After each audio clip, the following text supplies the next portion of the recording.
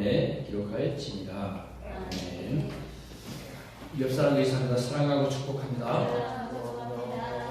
우리 시간도 하나님의 놀라신 은혜와 축복이 여러분들이 함께 하시기를 주 이름으로 축원드립니다. 지난 시간까지 우리가 민수기서의 말씀을 함께 나눴고요. 그냥 테마이기 때문에, 테마 설교이기 때문에 우리가 전체적으로 다 하진 않고 중요한 부분들만 이렇게 말씀을 전하고 있는데요. 오늘은 신명기 말씀을 가지고 함께 말씀을 전할 텐데, 그 창세기, 출애굽기, 레위기, 민수기, 신명기 이 다섯 번 우리가 모세오경이라고 그러잖아요.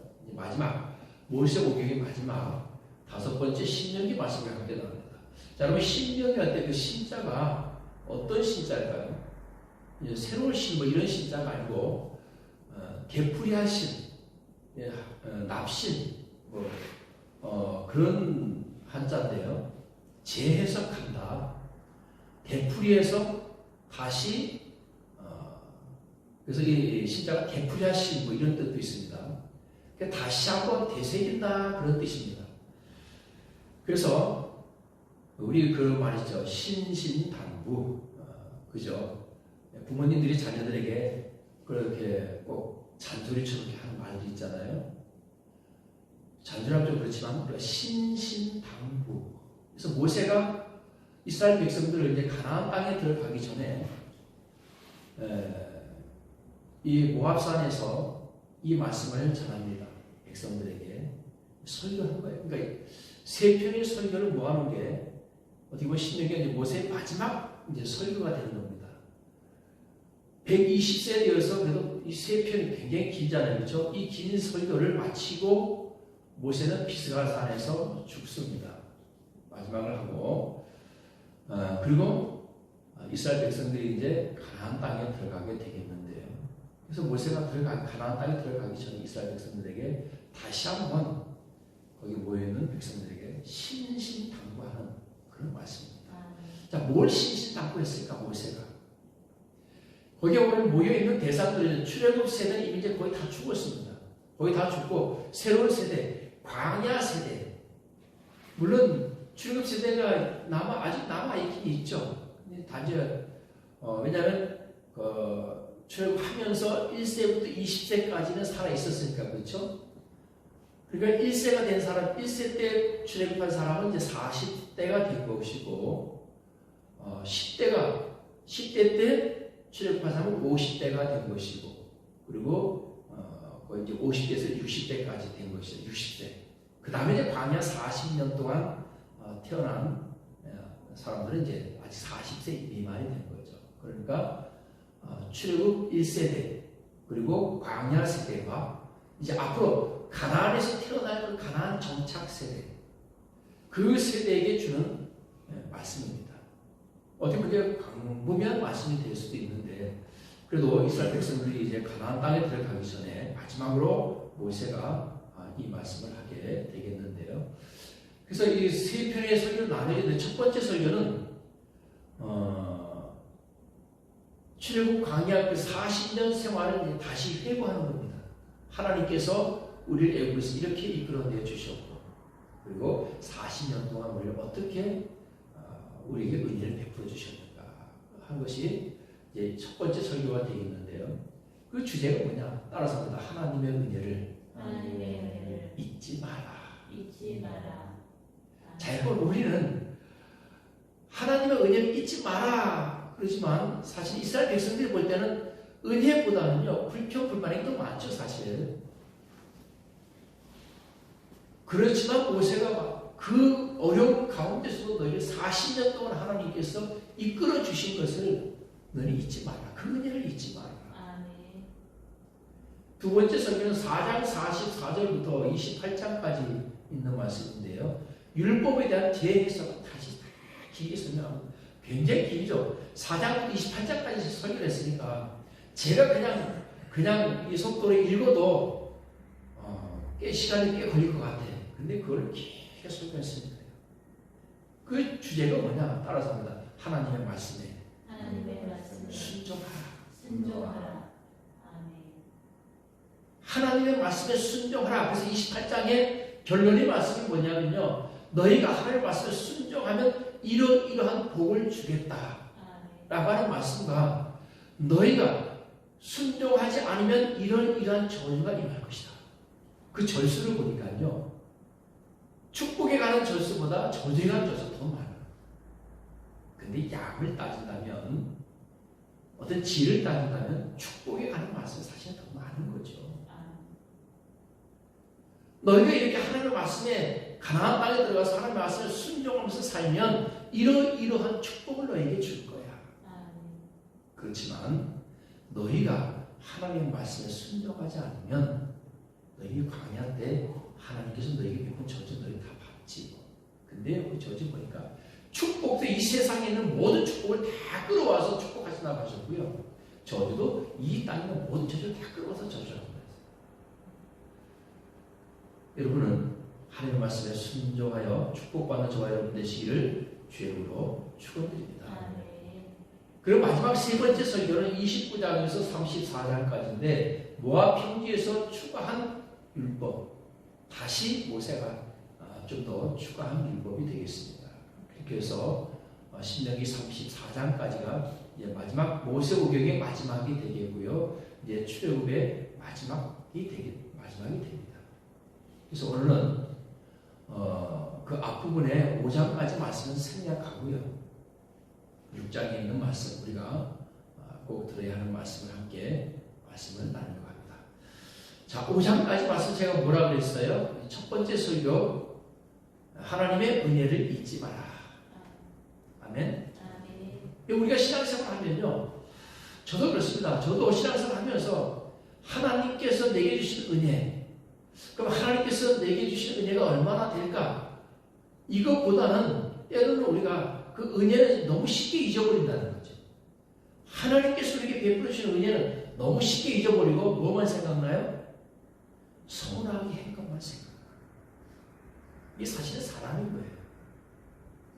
우리 인생이 마찬가지입니다. 그래서 사람과 인간관계에서 그런 얘기 많이 하지. 야, 내가 너한테 해준 게 얼만데? 응? 야, 그거 요만큼 내가 그렇게 서운하게 했다고 그렇게 서운한 마음 갖냐? 우리 그런 경우 많이 있죠. 역시 마찬가지입니다. 역지사지라고 바꿔놓고 생각하면 우리도 나도 마찬가지인 거예요. 나도 은혜를 많이 받았는데 때로는 그것을 조그맣고 누구만큼 서운하게 한 것 때문에 그것 때문에 틀어지는 경우가 많습니다. 이 신앙생활이 그래요. 이스라엘 백성들 보세요. 우리 지금까지 출애굽과 레위 민수기서를 다 봤지만 하나님께서 그들에게 베푸신 은혜가 얼마나 많습니까? 정말 이 세상에 그 어떤 민족도 경험해보지 못한, 여러분 이 세상에 그 어떤 민족도 경험해보지 못한 그런 놀라운 기적과 그런 은혜를 경험했는데도 불구하고요, 그들이 어려움 나면 어떻게 해요? 또 원망하죠. 또 불평하고. 그럼 여러분 가나안 땅에 들어가면 이스라엘 백성들이 이제는 우리가 가나안 땅을 차지했으니까 이제 감사하면서 은혜롭게 살자. 하나님의 그 우리가 하나님 앞에 감사하면서 매 제사 지내면서 우리가 그러면서 살자. 그랬으면 얼마나 좋았겠습니까? 아니에요. 계속 반복되는 거예요. 앞으로 이스라엘의 이런 역사가 언제까지 반복됩니까? 거기 앞으로 그 1000년은 더 갑니다. 그 1000년 가까이 더 가요. 이스라엘 백성들의 그 불순종이. 그리고 바벨론의 포로로 잡혀갔다가 되돌아와서 3차 결혼 BC 444년에 3차 결혼 마지막 귀환까지 다 하는데요. 마지막 다 귀환하고 나서 이스라엘 백성들이 바벨론에 가서 비로소 유신 신앙이 완벽하게 자리를 잡습니다. 그렇죠? 그때까지는 이제 뒤에 나오지만은요. 그때까지 이스라엘 백성들이 계속 외도를 합니다. 즉 우상을 숭배해요. 제발 좀 하나님 좀 섬겨내도 계속 다른 신 찾아다닙니다. 이신 저신 잡신 다 찾아다닙니다. 그래서 이스라엘 백성들 사실 고난당하는 이유가 다른 거 아닙니다. 바로 우상 숭배 때문에 그래요. 잊어버리지 말라고 하는 은혜는 쉽게 잊어버리고요. 절대로 잊어버리라고 하는 것은 잊어버리지 않는 것이 사람의 습성인 것이 이스라엘 백성들도 역시 마찬가지입니다. 5장까지는 바로 그러한 이스라엘 백성들에게 하나님께서 너희들에게 광야에서 베푸신 그 은혜 잊지 말아라. 할렐루야. 우리가 하나님께서 우리에게 베푸신 은혜를 잊어버리면 안 됩니다. 아멘. 그래서 오늘 말씀을 6장 1절부터 9절 말씀 가지고 따라서 합니다. 들어라. 제발 좀 들어라. 제발 좀 왜 안 하세요? 따라서 들어라. 제발 좀 들어라. 아멘. 이스라엘아 들으라 하면서 이스라엘이 오늘 주신 말씀인데요. 이 말씀과 함께 하나님의 말씀을 함께 나누도록 합니다. 자, 1절 먼저 보겠습니다. 이는 곧 너희와 하나님 여호와께서 너희에게 가르치라고 명하신 명령과 규례와 법도라 너희가 건너가서 차지할 땅에서 행할 것이니. 아멘. 이는 뭐냐면 6장부터 26장까지 모세가 백성들에게 가르칠 내용입니다. 엄청 많죠. 이것은 모세가 시내산에서 받은 십계명 및 기타 율법 곧 여호와께서 가르치라고 명하신 것을 전부를 다 가르칠 것인데 너희가 이는 곧 너희와 하나님 여호와께서 너희에게 가르치라고 명하신 명령과 규례와 법도라. 곧 너와 내 아들과 내 손자들이 평생에 내 하나님 여호와를 경외하며 내가 너에게 명한 그 모든 규례와 명령을 지키게 하기 위한 것이며 또 내 나를 장구하게 하기 위한 것이다. 두 가지를 요약되죠. 하나님을 경외하면 결국 이런 거예요. 하나님을 경외하면 내 나를 장구하게 하기 위한 것이다. 결국 목적은 뭡니까? 이스라엘 백성들에게 복주기 위해서라는 거예요. 물론 여호와 하나님께서 경외함 받는 거 그거 중요하지만 하나님께서 너희에게 경외함 받기를 왜 경외함 받기를 원하느냐? 왜 너희가 나를 섬기기를 원하느냐? 다른 거 아니라는 거예요. 너희를 복주기 위해서라는 거예요. 근데 이스라엘 백성들은 거꾸로 자꾸 하나님께서 왜 자꾸 섬기라고 하느냐? 뭐 이렇게 많이 갖다 바치라고 하느냐? 뭐 이렇게 까다롭냐? 이게 아닙니다. 우리에게 복 주시기 위해서예요. 곧 너와 내 아들과 내 손자들 다음 세대에게까지 여호와를 경외하게 하는 이유가 뭐냐? 내 나를 장구하게 하기 위해서. 할렐루야. 이스라엘 백성들을 장구하게 하기 위해서. 이스라엘이 듣고 삼가 그것을 행하라. 그리하면 내가 복을 받고 내 조상들의 하나님 여호와께서 내게 허락하신 것 같이 적과 끓는 땅에서 내가 크게 번성하리라. 결국 뭐예요? 복 주시겠다는 거예요. 아멘. 삼가 듣고 그것을 행하라. 그리하면 내가 뭘 받고? 복을 받고 내 조상들의 하나님 여호와께서 내게 허락하신 것 같이 적과 꿀이 흐르는 땅에서 내가 크게 번성하리라. 그러니까 크게 번성하게 해주시고 장구하게 해주시고 오래가게 해주시고. 할렐루야. 이라는 복이 그래서 행하라는 거예요.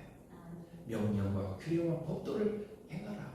하나님께서 가르쳐주신 그 명령과 규례와 법도를 행하라. 그리하면 내 나를 장구하게 하고 내가 크게 번성할 어디서? 적과 꿀이 흐르는 가나안 땅에서. 할렐루야. 그런 복이 여러분들이 마시기를 주님으로 축원합니다. 자, 이제 두 번째 이스라엘아 들으라. 우리 하나님 여호와는 오직 유일하신 하나님, 유일하신 여호와시니. 자, 들으라라고 하는 말이 쉐마라고 하는 단어인데요. 우리가 이스라엘의 교육을 우리가 현재 쉐마다 이렇게 얘기하는데 이 들으라. 이 들으라고 한다면 그냥 우리가 듣는 것만 아는 것이 아니고요. 순종의 의미가 더 강합니다. 듣는다고 해서 다 듣는 게 아니잖아요. 그렇죠? 여러분가 설교를 하면 설교하는 사람 할 때 모든 사람들이 다 소리 듣는 게 아니에요. 교수가 강의라면 다 듣기에 다 들어요. 또 학교에서 또 우리 많은 강연이나 이런 것을 말할 때 들으라고 하지만 듣는 경우가 그렇게 많지 않습니다. 듣는다고 하는 것은요, 내가 그것을 듣고 새기고 그것을 내가 행할 때 순종의 의미가 거기에 포함되어 있습니다. 이스라엘아 들으라. 아까 위에 말했던 너와 내 아들과 내 손자들, 앞으로 내 후손들은 다 들으라는 얘기입니다. 우리 하나님 여호와는 오직 유일하신 여호와시니, 유일신 사랑이죠. 유일신 신앙. 에하드, 오직 유일한 에하드라고 하는 단어인데요. 자, 이것이 여러분 우리 기독교에 어떻게 보면 생명입니다. 모든 종교의 생명, 그 생명은요, 그 숭배하는 신을 오직 유일한 신으로 받아들이는 게 가장 중요해요. 우리 기독교뿐만 아니라 모든 신들 마찬가지겠죠. 그런데 오직 유일한 여호와 신이라고 하면서 강조한 신은 우리 하나님밖에 없어요. 우리가 이러다 유일신 신앙이다 그렇게 얘기합니다.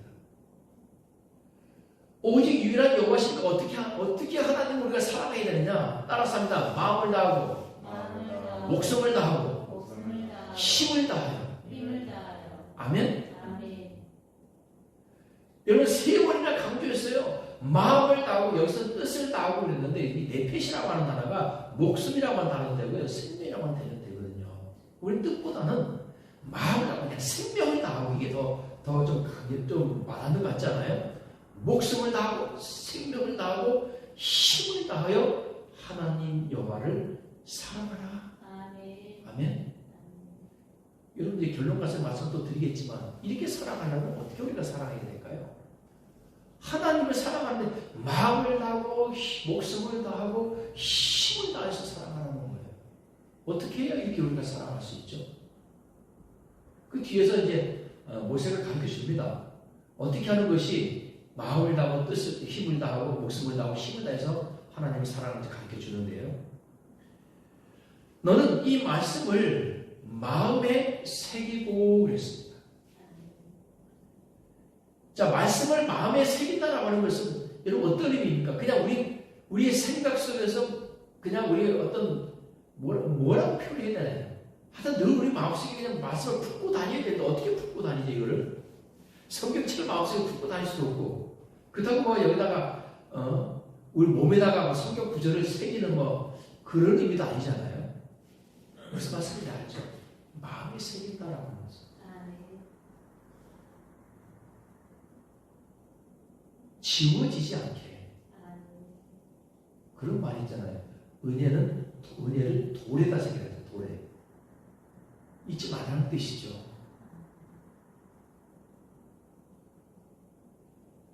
그래서 우리가 이 마음의 말씀, 하나님의 마음, 이것을 마음에 새긴다는 것은요, 잊지 말라는 뜻입니다. 24시간 늘 우리가 삶을 살아갈 때 우리 마음속에서 늘 이 마음을 우리가 품고 살아가는 것입니다.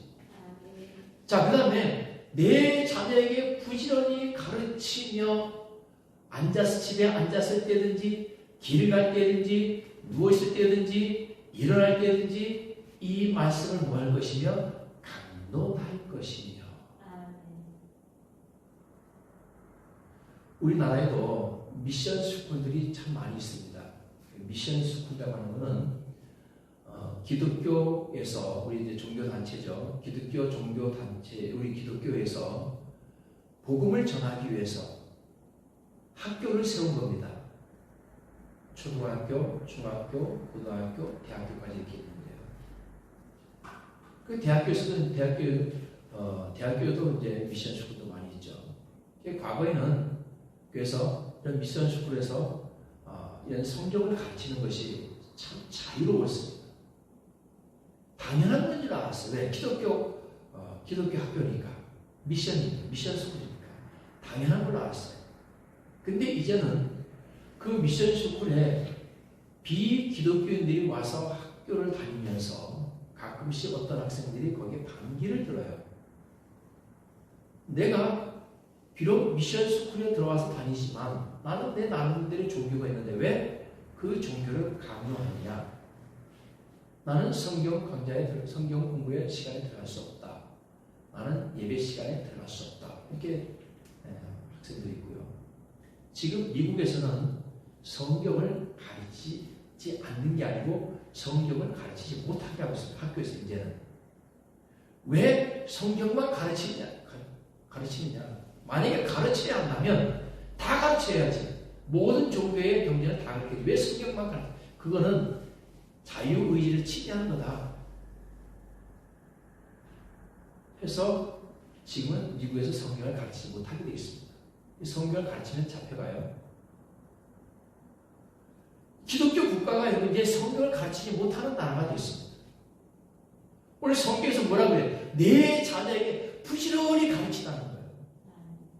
그 이제는 어떻게 해야 돼요? 학교에서 못 가르치게 하니까 가정에서 성경을 가르쳐야 되는데 사실 가정에서 자기 자녀들에게 성경을 가르치는 사람들이 얼마나 되겠습니까? 저희도 목사지만 우리는 예배를 드리니까 예배 시간 통해서 우리는 그래서 성경을 제가 설교를 이렇게 강의식으로 또 때로는 막 이렇게 하는 이유가 바로 거기에 있습니다. 성경 공부할 시간이 없기 때문에 바쁘잖아요. 출근해야 되고 자기 일해야 되고 학생들은 또 학교 가야 되고 그러니 언제 모여서 성경 공부할 시간이 없으니까 예배 시간을 이용해서 이제 성경 공부를 하는 거예요. 많은 교회들이 지금은 성도들을 모아서 성경 공부를 해야 되는데 그런 시간이 없으니까 예배 시간을 통해서 성경을 가르쳐요. 예배 시간을 통해서 교리를 가르치고 예배 시간을 통해서 이단에 대해서 가르칠 수밖에 없는 거예요. 이제는 어떤 교회는 예배 시간에 지금의 이런 이스라엘 정세라든지 이런 것들이 왜 생겼는지를 예배 시간에 가르치더라고요. 왜? 평소에 뭐하고 할 수 없으니까. 근데 그 예배 시간에 가르치는 게 파급 효과가 큰 이유가 요즘에는 전부 다 유튜브 방송을 하잖아요. 그러니까 이제는 성도들이 그러한 방송을 통해서 공부할 수 있으니까 오히려 더 좋은 것 같아요.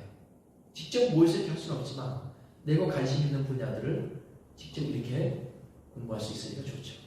근데 문제는 다양하게 우리가 이렇게 배울 수 있는 것은 좋은데 가끔 그곳에 이제 이단들이 올리는 영상도 있기 때문에 우리가 그걸 구별해서 들어야 된다는 거죠. 그런 또 문제도 있긴 있습니다.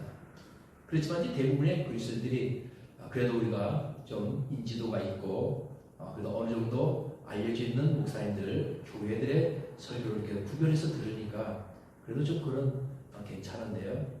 구별하지 못하고 들었다가 혹해서 이단에 빠지는 그런 경우도 있기 때문에 조심을 해야 됩니다.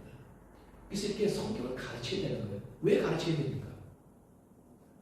알아야 여러분 마음에 새길 거 아닙니까?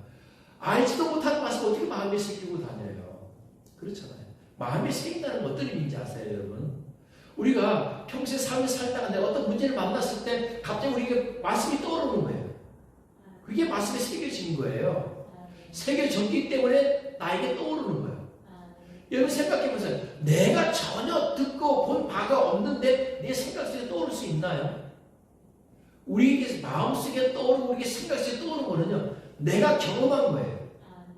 읽었든지 들었든지 봤든지 그게 내게 떠오르는 거예요. 그래서 여러분 날 때부터 시각장애이신 분들은 우리가 아무리 뭐 어떻다고 해도 떠오르지 않아. 상이 안 떠올라. 왜? 본 적이 없기 때문에. 만져도요 이것이 무엇인지를 못 느낍니다. 이게 사각형이네. 물론 이제 사각형이라고 하는 걸 알 수 있겠죠. 네모진 게 사각형이라고 우리가 들으면 되니까. 들으면 되니까. 그러나 이것이 빨간색이네. 빨간색이 어떤 색인지 몰라요. 야, 참 하늘 파랗다. 모릅니다. 왜? 본 적이 없기 때문에. 우리가 말씀을 여러분 내가 많이 읽고 듣고 또 듣고 해서 우리 마음속에 새겨지면 그것이 어느 때인가 그것이 내 안에서 말씀으로 튀어나올 때 있다는 거죠. 맞아. 하나님께서 오늘 성경 말씀에 맞아. 목사님께서 맞아. 우리 팀장님께서 우리 권사님께서 우리 장로님께서 어느 목사님 그러셨지. 이럴 때는 이런 말씀으로 이렇게 극복하라고 했지. 그게 마음에 새긴 거예요. 이게 마음속에 이렇게 말씀들이 새겨져야만이 튀어나오는 거죠. 내가 전혀 본 적도 없고 들은 적도 없고 한데 어떻게 튀어나옵니까? 이게 마음에 새긴다는 건 바로 그거예요. 그래서 어떻게 하나? 너희가 부지런히 가르치라는 거야. 앉았을 때든지 길 갈 때든지 누웠을 때든지 일어날 때든지 이 말씀을 강론할 것이며 누구에게? 내 자녀에게 어떻게? 부지런히. 할렐루야. 이것이 여러분 앞으로 우리 기독교의 미래이기 때문에 그렇습니다. 우리 한국교회 다음 세대가 없어요. 다음 세대라고 하면 어린아이들, 초중고 청년들 말하는 거거든요. 교회 지금 점점 줄어들고 있어요. 우리 불과 뭐 10몇 년 전만 해도 그렇잖아요. 불과 10몇 년 전만 해도 주일 학생들 몇백 명씩 됐어요. 그죠? 근데 지금은요. 몇천 명 모이는 교회도 몇백 명 모이기 어렵습니다. 그만큼 다음 세대가 그렇다고 해서 다음 세대가 물론 자녀들이 안 나와서 그렇기도 하지만 교회에 다음 세대가 차츰 줄어들고 있다는 거죠. 그 이들이 어떻게 되는 거예요? 내 자녀들에게 부지런히 가르쳐야 되는 거예요. 근데 가르치는데 이것이 여러분 뒤에 말씀 보면 너는 또 그것을 내 손목에 매어 기호를 삼으며 내 미간에 붙여 표로 삼고 내 집 문설주와 바깥문에 기록할지니라. 그래서 지금도 유대인들은 그렇게 하거든요. 손목에다가 또 이마에다 경문을 붙이고 이렇게 다니는데 그런 의미가 아닙니다. 그렇게 하란다고 해서 손목에다가 말씀을 묶고 다니고 이마에다가 말씀을 붙이고 다니고 온갖 그 집안에다가 말씀을 붙여놓는다고 해서 그렇게 하라는 의미가 아닙니다.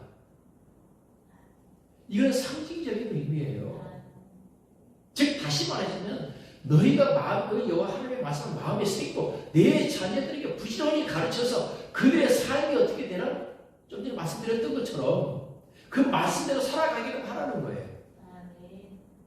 그래서 손목에 매어서 기호를 삼고 이마에 붙여 표를 삼고 바깥문에 기록한다라고 해서 우리의 온 삶이 삶 속에서 그냥 그게 말씀이 그대로 이루어져야 된다는 겁니다. 우리 손에서 말씀이 이루어져야 되는 거예요. 우리 손에서. 우리 이마에서 말씀이 이루어져야 되는 거예요.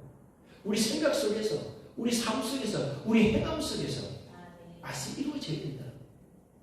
하나님께서 어떻게 하나? 그렇게 우리가 살기를 원하신다라는 거죠. 할렐루야.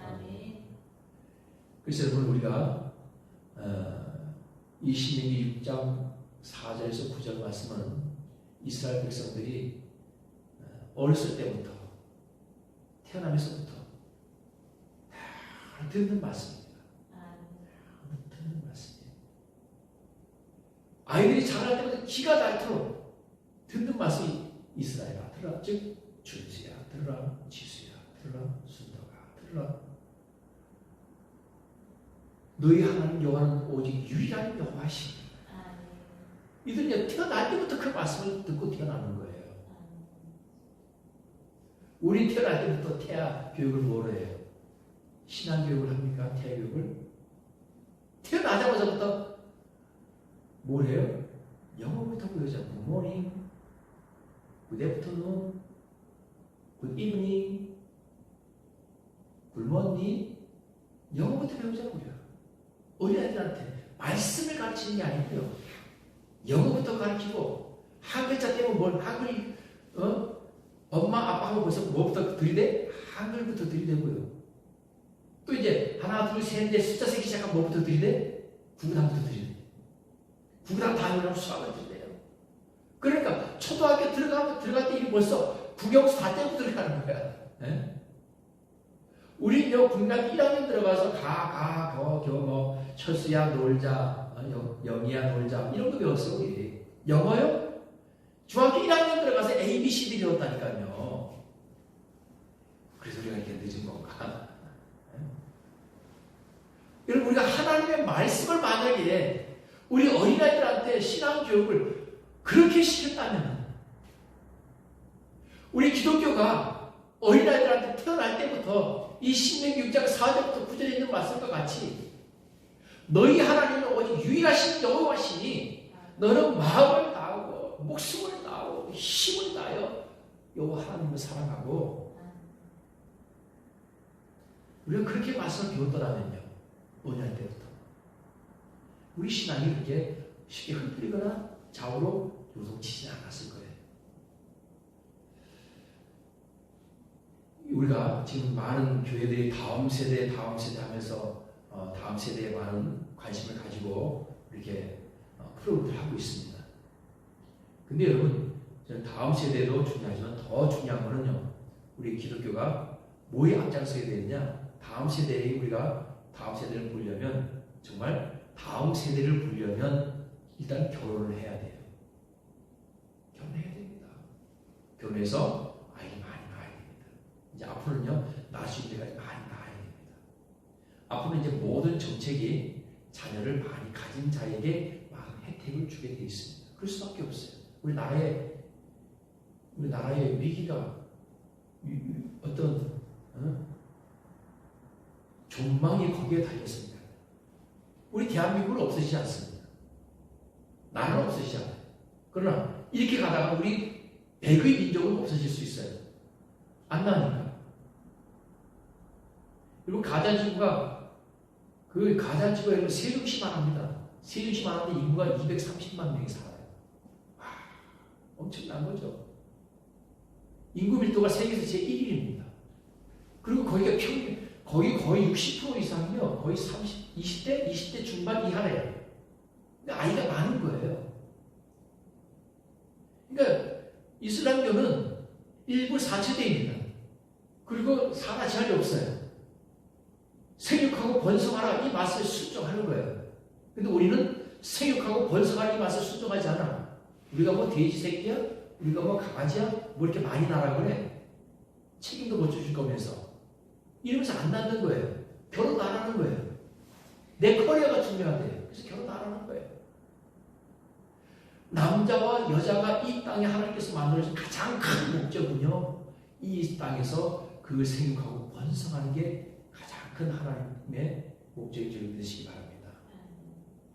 우리 기독교가 생육하고 번성하기 위해서는 일단 결혼하고요, 그리고 자녀를 많이 낳아야 돼요. 그래야 다음 세대가 있어요. 그렇지 않으면 다음 세대 없습니다. 아무리 다음 세대 교육 시설 잘 만들어놓고 교육감 만들어놓고 성교가 받으면 뭐예요? 아마 그 다음 세대 전부 다 나중에는 이제는 다문화 시대라 그래가지고 우리가 다 받아들이잖아요. 다문화 시대여서. 그들도 이제 교회 다녀요. 교회 다니고 있습니다. 많은 사람들이 교회 다니고 있어요. 그래서 앞으로 다음 세대는 누구께 되느냐 다. 그런 다문화 세대 통해서 탄주를 들어와서 할 거예요. 그래서 우리 기독교가 어떻게 우리 한국 교회가 번성하기 위해서는 무엇보다 하나님께서 주신 명령과 그 말씀대로 살아가는 것이 중요합니다. 오늘 결론의 말씀을 드립니다.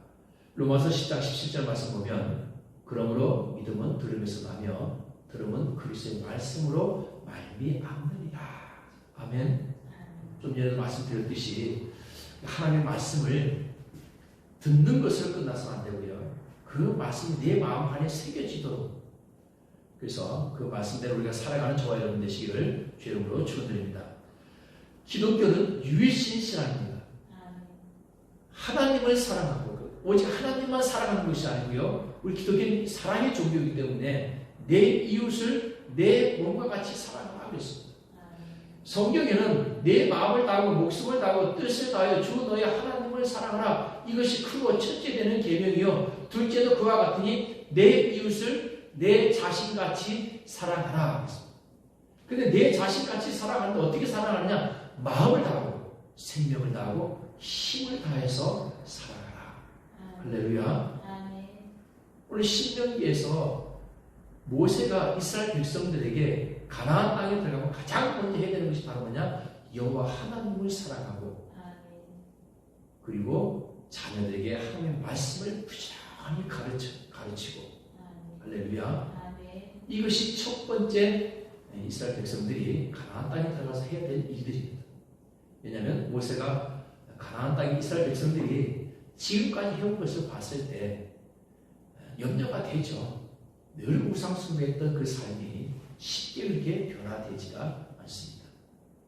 오늘 사랑하는 여러분, 우리도 하나님을 사랑할 때 마음을 다하고 생명을 다하고 힘을 다해서 하나님을 사랑하고, 하나 더 예수님께서 우리에게 주신 그 말씀으로 또 내 이웃을 내 몸과 같이 사랑하라고 할 때 마음을 다해서 이웃을 사랑하고 생명을 다해서 이웃을 사랑하고 힘을 다해서 생명을 사랑하는 저와 여러분 되시길 주의 이름으로 축원드립니다. 이스라엘 백성들이 가나안 땅에 들어가서 살아야 할 규례와 명령과 법도가 있듯이 우리 기독교인들이 이 세상에서 살아가야 할 기독교인들의 규례와 명령과 법도가 있습니다. 이것을 잘 지키는 것이 우리 그리스도인의 참된 자세인 줄로 믿으시기를 주의 이름으로 축원드립니다. 기도합니다.